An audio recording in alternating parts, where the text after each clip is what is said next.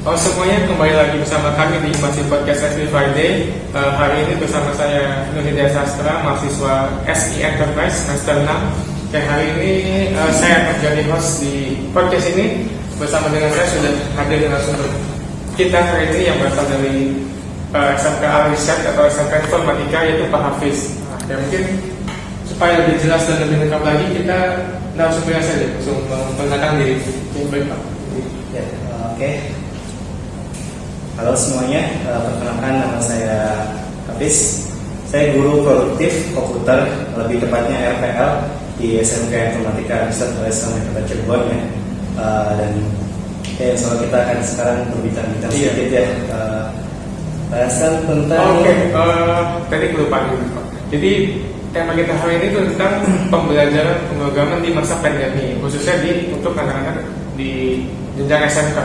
Nanti akan berbincang bersama Pak Hafiz. Coba sebelum masuk ke temanya mungkin kita lebih kenal lebih dalam lagi dengan Bapak. Bapak di SMK Al-Irsyad itu sudah berapa lama Pak? ya, oke. Sebenarnya saya itu lulusan SMK Informatika juga. Saya masuk sebagai siswa ya tahun 2012 dan lulus tahun 2015. Tahun 2015 sampai tahun 2016 saya kerja di tempat lain dulu. Saya sempat kerja di Hotel Medland di Cirebon yang di Siliwangi, dan sempat juga kerja di Rumah Sakit Muhammadiyah yang di Wahidin ya. Nah, baru di tahun 2016 saya bekerja di SMK Informatika Al-Irsyad. Awalnya saya di situ sebagai tata usaha ya administratif, lalu tahun 2019 kemarin baru dipekerjakan sebagai guru. Jadi kurang lebih kalau siswanya tentu 3 tahun ya, tapi kalau untuk bekerjanya sudah kurang lebih 5 tahun sekarang. Berarti ya lulusannya kembali lagi ke asalnya, kayaknya menjadi seseorang yang punya andil di SMK itu. Pas sekarang selain menjadi guru mungkin ada kesibukan lain Pak, atau apa? Mungkin ada proyek ke Bapak kan program juga nih. Iya, di sini kan saya emang senangnya ngoding ya, programming. Jadi emang saya juga sesekali mengerjakan proyek, dan alhamdulillah sekarang saya juga bekerja secara freelance, resmi artinya ya, resmi freelance di salah satu agensi di Kota Cirebon. Nama agensinya Layanan Kreasi Digital. Di situ saya freelance sebagai programmer atau web developer ya. Itu lokasinya di mana? Lokasinya di Pancuran. Oh. Ya, di situ saya mengerjakan project web development ya. Itu sudah berapa lama Pak di? Kalau di Rayana saya dari bulan Juni tahun 2020 kemarin. Berarti sudah masuk pandemi ya Pak? Ya, sudah masuk pandemi. Itu udah di Rayana itu Pak, apa ya kan sebagai freelance nih, proyeknya itu apa saja yang dikerjakan? Basically sampai saat ini kebanyakan mayoritas itu kayak bikin website company profile, online shop, dan mungkin sesekali juga project sistem informasi ya. Mungkin itu sih lebih ke arah itu. Oke Bapak, mungkin kita langsung masuk ke tema kita hari ini, itu tentang pembelajaran pemrograman di masa pandemi. Nah Bapak kan pasti ngerasain nih Pak, ngajar di SMK tentang pemrograman sebelum dan saat pandemi. Nah, perbedaan yang paling dirasakan itu apa? Perbedaan yang paling sangat-sangat dirasakan tuh dari segi kompetensi ya. Sebelum pandemi tentunya banyak kompetensi yang bisa diraih oleh anak-anak yang bisa diajarkan gitu materinya, misal A, B, C, 1, 2 sampai mungkin 10 materi dalam 1 semester. Tapi sekarang 1 semester rasanya 3 materi saja tuh sudah sangat susah. Artinya kadang pembelajaran anak tuh mau nanya aja susah ya. Kadang kan di rumah apalagi mereka ada yang gak punya laptop ya, dan kekurangan alat. Misal laptopnya ada tapi kok kurang memadai misal. Atau kadang kan ada yang namanya problem itu error ya. Kadang kalau nanya ke saya, ya saya kan nggak tahu kondisi secara realnya. Artinya anak hanya screenshot tampilan Pak ini error. Kadang saya nggak bisa jawab sama sekali karena kita nggak tetap muka ya, susah. Ya itu sih lebih ke arah materinya kurang gitu. Jadi kompetensi anak itu sangat-sangat minim akhirnya. Itu pembelajarannya pakai media apa Pak? Atau dibeli video atau gimana? Saya itu untuk materi saya buat video, saya rekam screen recording atau ya Terus baru saya edit sedikit, paling saya cut dan saya share ke anak di setiap 1 minggu 1 video biasanya. Nah itu Pak, apa ya, mungkin saya sendiri kan lulusan SMK nih Pak. Karena saya dengar di SMK jadi nggak sendiri. Di SMK itu kan betul-betul harus harus datang langsung ke praktek langsung dengan kondisi di kelas itu, langsung dengan gurunya dan lain-lain. Nah itu kan pasti kan kualitas lulusannya beda Pak. Karena kompetensinya juga berkurang kan dengan ada pandemi. Nah Bapak di sisi itu khawatir nggak? Nah ya itu emang cukup mengkhawatirkan ya, dan namun alhamdulillah untuk SMK Informatika ini sudah mengantisipasinya dengan cara, jadi kita menggunakan shifting. Pandemi di Indonesia ini kan bermulai di bulan Maret tanggal 2 kalau nggak salah ya. Iya. Maret 2020 ya, 2020 Maret sampai bulan Juli gitu kan, itu semester akhir ya, artinya semester 2 berakhir, selesai tahun ajaran tersebut. Nah di tahun ajaran 2020-2021 di semester 1 dari bulan Juli sampai bulan Desember kita full online. Namun untuk kelas 11 bulan Oktober tahun 2020. ya, 2020 itu kita mulai memberanikan diri untuk tatap muka. Namun memang shifting dan ketat sekali ya, artinya sehari paling hanya berapa anak. Itu perizinannya gimana? Apa diurusnya susah? Perizinan dengan Ya. ada harus dengan polisinya juga sama. Kalau masalah perizinan memang bukan saya yang ngatur ya, tapi emang ada bagiannya. Setahu saya ini sekolah sudah izin ke Satgas, ke kantor cabang dinas juga pendidikan yang dari Provinsi Jawa Barat. Karena SMK kan menginduknya ke provinsi ya, bukan ke dinas Kota Cirebon ya. Dinas pendidikan Kota Cirebon udah, jadi kita ke kantor cabang dinas Jawa Barat, kita sudah menunggu perizinan.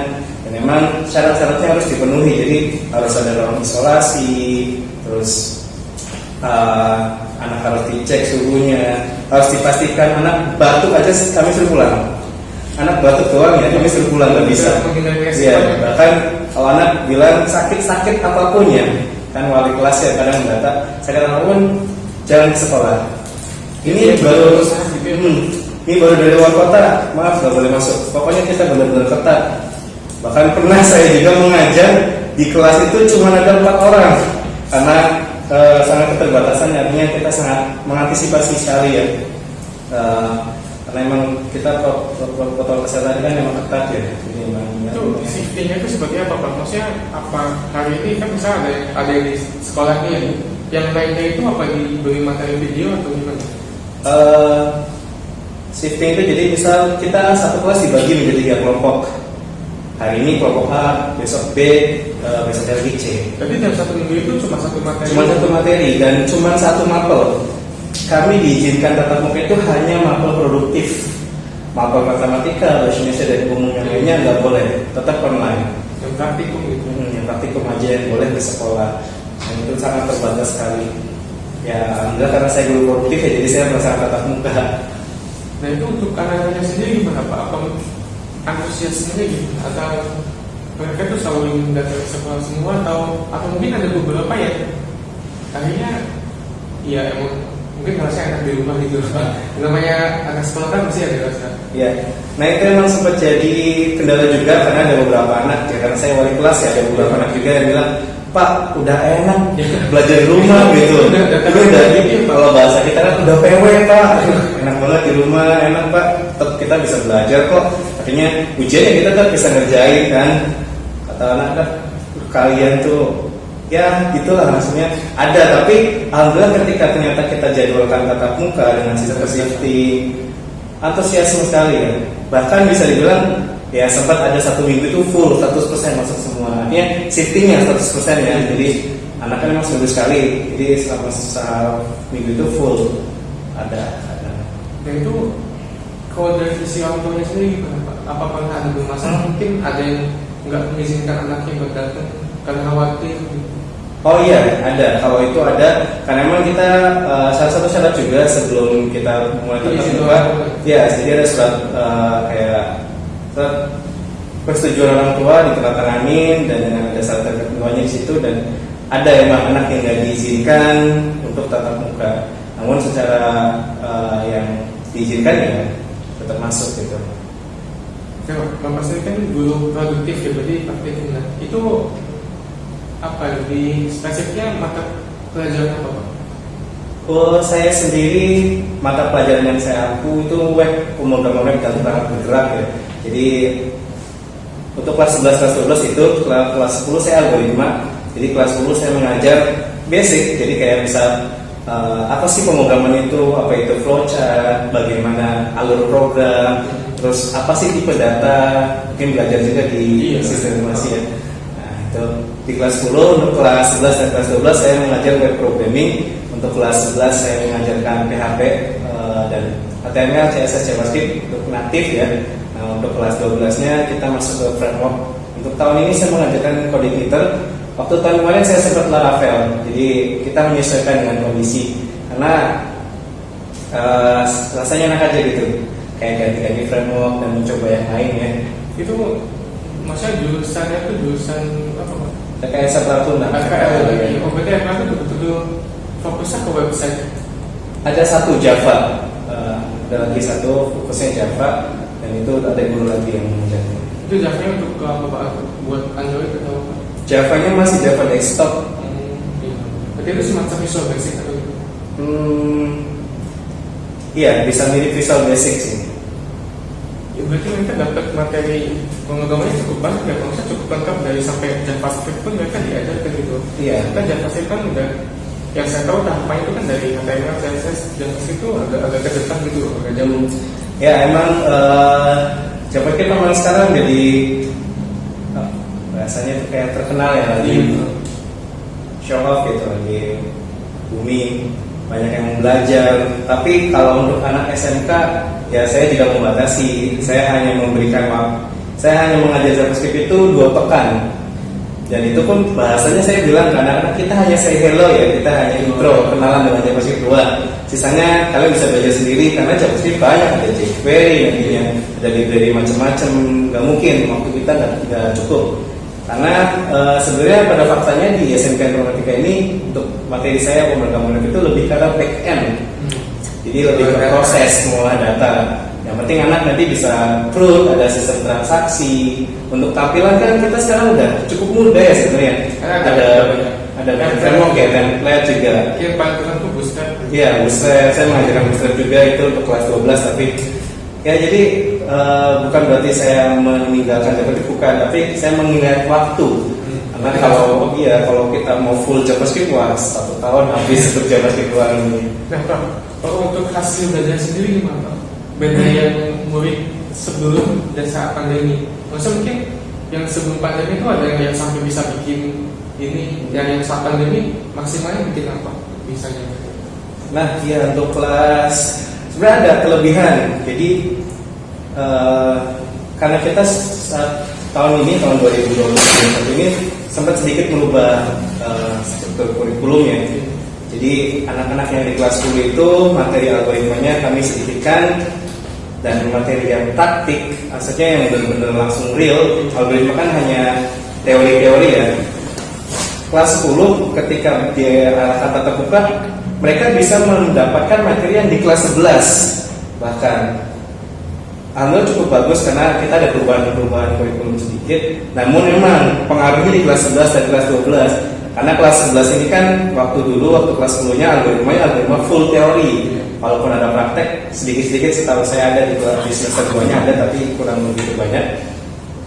Mereka sangat kekurangan. Artinya untuk PHP sendiri pun mereka baru intro, baru if else itu apa, array itu apa, database pun baru diajarkan sedikit.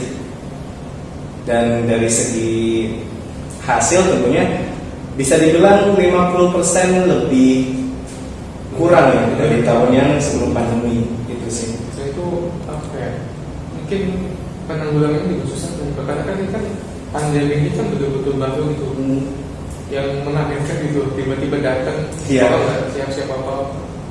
Iya benar. Nah untuk saya sendiri menanggulanginya, ada anak-anak yang emang mereka itu senang coding ya. Saya kasih challenge ke mereka di semester 1. Silakan. Saya tunjuk beberapa anak.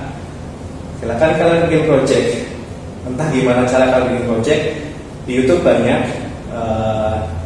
tutorial di internet banyak, bahkan ada yang berbayar atau enggak ya, saya akan jamin nilai kalian pokoknya besar, nggak usah khawatir. Akhirnya ternyata berhasil. Ada sekitar 6 anak yang mengerjakan proyek dan beneran jadi proyek. Proyeknya apa Pak, dan bentuk apa? Bikin apa gitu? Ada yang pendaftaran PPDB online, ada yang toko online, ada yang juga hanya company pro, Pak, lebih ke arah kayak tentang data masjid, ada. Berarti itu web yang udah full jadi gitu Pak untuk Kalau isinya? kalau untuk kelas siswa full jadi ya, tapi emang bukan kelas industri, tapi kelasnya siswa sangat bagus bagi saya sih. Emang hanya beberapa anak, karena saya anggap anak-anak ini emang bisa survive. Itu cara menanggulangi saya untuk anak-anak yang emang bisa. Ya saya kasih challenge. Minimal ketika kan sekarang ada PKL ya. Iya. PKL itu itu pandemi tetap ini baru mulai kemarin tanggal 5 dan tanggal 1 ada pemberangkatan itu. Ya minimal beberapa anak ini bisa membantu teman-temannya yang belum bisa, minimal itu targetnya. Jadi beberapa anak itu. Berarti itu dipilih dulu anak-anak yang sekiranya tuh punya keunggulan ya Pak. Iya. Yang bantu guru-gurunya supaya mungkin merata gitu. Ya insya Allah bisa jadi ya minimal meminimalisir kekurangan kompetensi lah. Iya. Ini Pak, setahu saya kan kalau di SMK itu kan ada yang namanya itu LKS. LKS itu kan apa ya, tingkatnya kota ya. Itu kan setiap tahun Pak. Di pandemi itu gimana Pak? Apa pemerintah kota mengadakan? Ya untuk LKS di tahun 2020 ya sangat disayangkan sih emang tidak ada ya.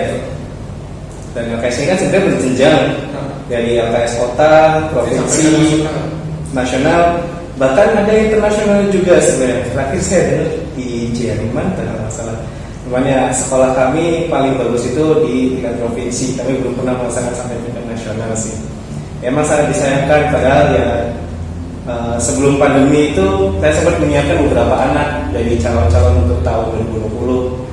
Ya saya sangat berharap sih di tahun 2021 ini insya Allah semoga ada sih ya di tingkat kota gitu ya. Itu kan maksudnya setiap tahun udah ada gitu dan berjalan lancar gitu. Kalau tiba-tiba berhenti lama gitu kan, iya pengaruhnya mungkin sangat terasa. Sangat lumayan terasa ya. Apalagi itu kan kayak jadi ajang pembuktian bahwa anak tuh berkompetensi. Apalagi yang saya rasakan selama saya jadi pembimbing ya, itu soal LKS ya. Emang buat ready for industry gitu. Jadi emang sangat pas buat jadi ajang pembuktian anak berkompetensi atau enggak. Kalau enggak ada ya sangat disayangkan. Saya sangat berharap ini diadakan lagi gitu tahun 2021. Itu Pak yang anak-anak yang ikut LKS itu Pak, begitu lulus apa mereka apa punya kelebihan dan langsung diterima di perusahaan atau gimana? Kalau permasalahan itu tergantung sih ya. Atau mungkin lebih kuliah gitu. Enggak ya kalau sampai dunia itu sih. Saya sendiri ikut LKS waktu saya jadi siswa. Ya sebenarnya LKS itu kan awalnya ya, sebelum anak itu terjun LKS kita tuh menyaring dulu di sekolah. Ya, jadi intinya emang anak-anak kita emang anak-anak sudah berbakat. Entah nanti ketika lulus mereka kerja atau nanti kuliah, dan emang ada perbedaannya.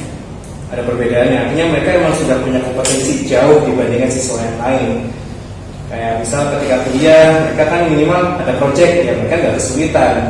Dan ketika kerja, ketika disuruh bikin A, bikin B, anak-anak yang emang dari LKS itu ya sudah tahu, oh industri kayak gini, ya sudah.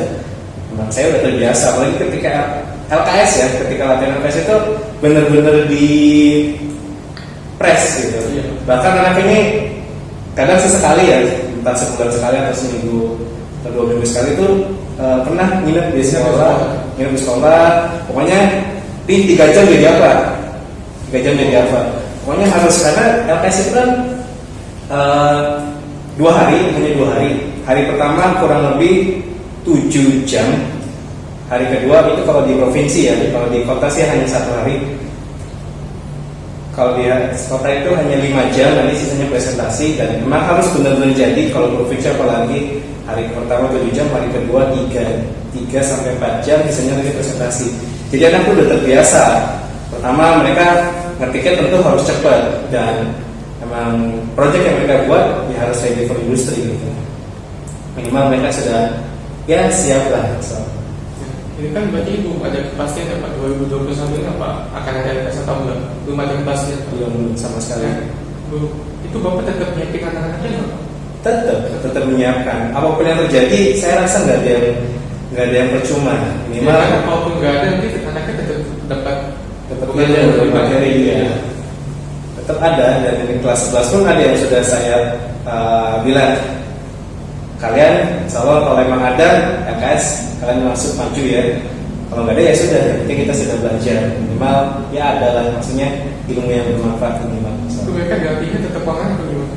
Atau datang langsung ke sekolah untuk dia? Sama seperti challenge yang aku pernah saya bikin, silakan nih, YouTube banyak video tutorial atau PDF, e-book di luar sekolah, di internet banyak ya. Karena ya mereka tetap mengerjakan project. Saya sempat juga memberikan ada buku dari sekolah tentang Laravel sih, saya belajar. Saya pinjamkan bukunya dan nanti kalau sudah ya dikirimkan lagi karena di sekolah gitu. Jadi tetap disiapkan. Tetap harus disiapkan apapun yang terjadi. Pak, saya mungkin mau sedikit keluar dari tema nih Pak. Bapak tadi sebelum mulai kan kita sudah sempat ngobrol juga Pak tentang startup ya. Ada Bapak kan sempat punya startup juga Pak. Mungkin bisa diceritain karena startup ini kan apa ya? Kalau saya lihat sangat menarik gitu Pak, dan ya makin banyak gitu loh orang yang masuk ke startup, bikin startup gitu. Yang sangat menjadikan juga sepertinya. Iya, saya sempat sih membuat CV ya. Dulu ada partner di orang sumber mengajak saya, Mas, ayo bikin CV. Dibuatlah CV dengan nama Zeratik Indocomtech. Namun di perjalanan ya alhamdulillah ada proyek yang masuk gitu ya. Namun karena memang kami punya kesibukan, rasanya berat nih untuk melanjutkan, akhirnya ya, sudah ditutup dan ya sudah nggak berlanjut. Karena memang bagi kami sangat berat ya untuk membuat startup. Walaupun tetap keinginan pengen bikin lagi itu ada, Tapi kendalanya tentang timnya itu. Iya, lebih ke arah kesibukan sih ya, kesibukan Ini kan sempat jalan tuh Pak, kan sempat ada proyek juga. Nah itu dan sempat berapa kali kan? Project terbesar yang waktu itu Stilbu dikerjakan itu dari Disdukcapil Kabupaten Majalengka. Jadi kita bikin bagaimana orang itu mengecek KTP-nya sudah jadi atau belum, sudah di statusnya di mana nih, lagi dikerjakan atau enggak, dan mengelola data sih, lebih ke arah mengelola data. Itu yang proyek terbesar. Disdukcapil itu berarti maksudnya ke e-government kan Pak? Iya. E-government. Nah itu apa ya? Maksudnya sangat disayangkan nggak sih Pak? Udah jadi, udah dapat proyek tiba-tiba karena ada masalah harus berhenti gitu. Ya, kalau memang disayangkan ya sangat disayangkan. Namun saya pribadi juga bisa dibilang ya sadar diri, artinya kita sibuk gitu ya, dan ya nggak mau lah, artinya karena takutnya ketika ada proyek besar lagi dengan kesibukan kita, karena pernah juga kita melebihi deadline dari proyek dan Kliennya gimana Pak? ya bisa dibilang ada sedikit komplain sih. Cuman ya akhirnya alhamdulillah kita bisa meminimalisir komplainnya dan menyelesaikan proyeknya walaupun dengan jauh dari deadline. Akhirnya ya karena menyadari hal itu ya kami mungkin memilih ya sudah ditutup aja, dan lebih baik ya artinya ya sudah kerja aja apa adanya. Kalaupun ada proyek yang masuk ya sudah kita lebih ke arah jadi personal, proyeknya masuk ke personal, nggak usah bawa nama perusahaan. Takutnya nanti kan kalau bawa nama perusahaan kan artinya ada MOU, ada materai kan. Kalau kita gagal, iya kalau gagal kita kena penalti, wah ya sudah nggak usah. Walaupun kalau personal itu apa ya, kerugian personal ya, kerugian kalau kita ngerjain personal, kita nggak bisa up harga proyek itu nggak bisa kita up. Itu nominalnya kisah berapa sih kalau proyek personal gitu? Proyek personal untuk standar ya mungkin sekitar 5 sampai 10 juta mungkin. Tapi kalau sendiri pernah dapat proyek yang nilai tertinggi belum? Kalau aku di yang Kabupaten Majalengka itu nominal proyeknya itu 60 juta. Untuk yang pribadi, yang freelance itu Yang freelance nominal total Iya. projectnya 45 aku 45 juta. itu berarti apa masih harus dijualin sama dia mesin atau gimana Pak? Atau udah bersih 45 tuh? Soalnya kan- 45 udah bersih. Kami hanya jadi ada tim lagi karena personal tetap kita nggak bisa sendirian. Tetap ada tim yang butuh nanti kalau ngambil data, walaupun nggak bawa nama perusahaan ya, tetap ada tim yang ngambil data, yang merancangnya, desainnya dan lain sebagainya ada. Ya, paling 45 dibagi oleh 3 itu udah bersih. Nah, Bapak kan berarti apa ya, pengalaman mengambil kerjanya udah banyak gitu, udah kerjaannya udah buktinya udah banyak gitu. Bapak ada niatan nggak buat masuk ke perusahaan aja Pak, khusus jadi programmer gitu Pak? Mungkin di perusahaan besar gitu. Iya, sempat juga ada kepikiran hal itu. Namun saya setelah merasakan sebagai programmer ya, apa ya rasanya? Ya pertama tekanan, kedua saya sering banget namanya begadang ya. Jadi saya rasa programmer bukan panggilan hati, benar bukan gitu. Saya lebih merasa senang mengajar, rasanya itu lebih enak. Jadi programmernya sebagai selingan, mengajar sebagai utama. Itu saya lebih merasa senang mengajar karena ketemu anak-anak itu rasanya senang gitu, ngobrol, bercanda, kadang sekali juga bermain sama anak-anak gitu ya. Sharing ilmu karena sering sekali bahkan mereka yang mengajari saya ilmu baru, apa yang saya nggak tahu. Kadang sering juga kan mereka nanya, Pak ini error. Akhirnya saya belajar cara perbaiki error ini kayak gini. Intinya ada komunikasi yang enak gitu. Kalau mengajar itu nggak selamanya kita yang selalu share ilmu, enggak, tapi kita bisa berbagi, tukar pikiran dan ngobrol dengan mereka, sharing, kadang mungkin juga curhat atau bermain bersama gitu ya. Itu sih yang bikin saya senang mengajar Ya, ya. ada banyak apa ya, mungkin keseruannya gitu. Iya, lebih ke Nah, Bapak itu kan di sekolah ini sebagai wali kelas, Pak. Namanya wali kelas itu kan pasti selalu apa ya, dapat masalah tentang muridnya. Itu beda Pak, masalah murid di saat pandemi sama yang sebelumnya. sebenarnya hampir nggak ada bedanya ya, hampir nggak ada bedanya. Mungkin bedanya karena pandemi itu ada beberapa orang tua yang mungkin terpengaruh ekonominya ya, Oh, iya. sangat terpengaruh, berbeda dengan sebelum pandemi. Itu aja sih, sisanya nggak ada begitu masalah. Paling keluhannya kalau anak-anak ya, biasanya anak itu, Pak, materi ngerti karena kan cuma video, Pak pengen ketemu dong, kita mau nanya nih.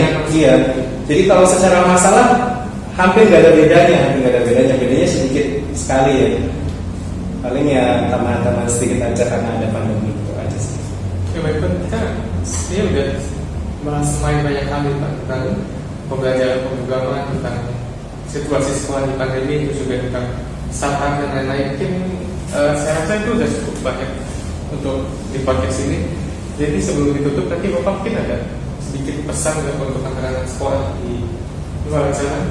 Kan untuk situasi pandemi ini kan harus tetap jalan ya, khususnya sekolah harus jangan turun. Mungkin bisa disampaikan. Ya, baik, untuk semuanya yang mendengarkan, siswa semua, terutama siswa dari SMK Informatika tentunya, untuk kalian semua tetap semangat ya belajarnya, jangan sampai kendor. Kita harus bisa survive. Ini ujian dari Allah dan kita bisa survive, dan siapa yang bisa survive di akhir, insya Allah dia akan mendapatkan manisnya dari hasil ujian ini. Insya Allah semua akan ada kebaikan dan semoga Allah memberikan kemudahan bagi kita di selama pandemi ini, dan semoga Allah angkat segera pandemi ini untuk kita semua bisa berjalan lebih, bisa berkegiatan normal lagi. Jadi tetap semangat, insya Allah semua akan ada hikmahnya. Oke, baik semuanya dengan sendiri. Jadi intinya harus tetap semangat, harus tetap coba untuk survive karena akan ada banyak kebaikan yang bisa diambil, didapatkan jika kalian tetap antusias belajar. Oke, baik semuanya, mungkin podcast kita kali ini cukup sampai sekarang. Saya cuma mau mengingatkan kalau pandemi COVID-19 ini belum selesai, jadi harus tetap hati-hati, pakai masker, jaga jarak, dan cuci tangan dengan sabun, jangan sampai lupa. Agar kita semua tetap mendapatkan kesehatan. Oke, baik semuanya, saya Nurhidayat Sastra sebagai host kali ini pamit undur diri, dan Saya Hafiz dari SMK Informatika. oke, baik semuanya, terima kasih telah menyaksikan podcast ini. Sampai jumpa di Masuk Podcast Lebih Faedah ya, sesi selanjutnya. Terima kasih.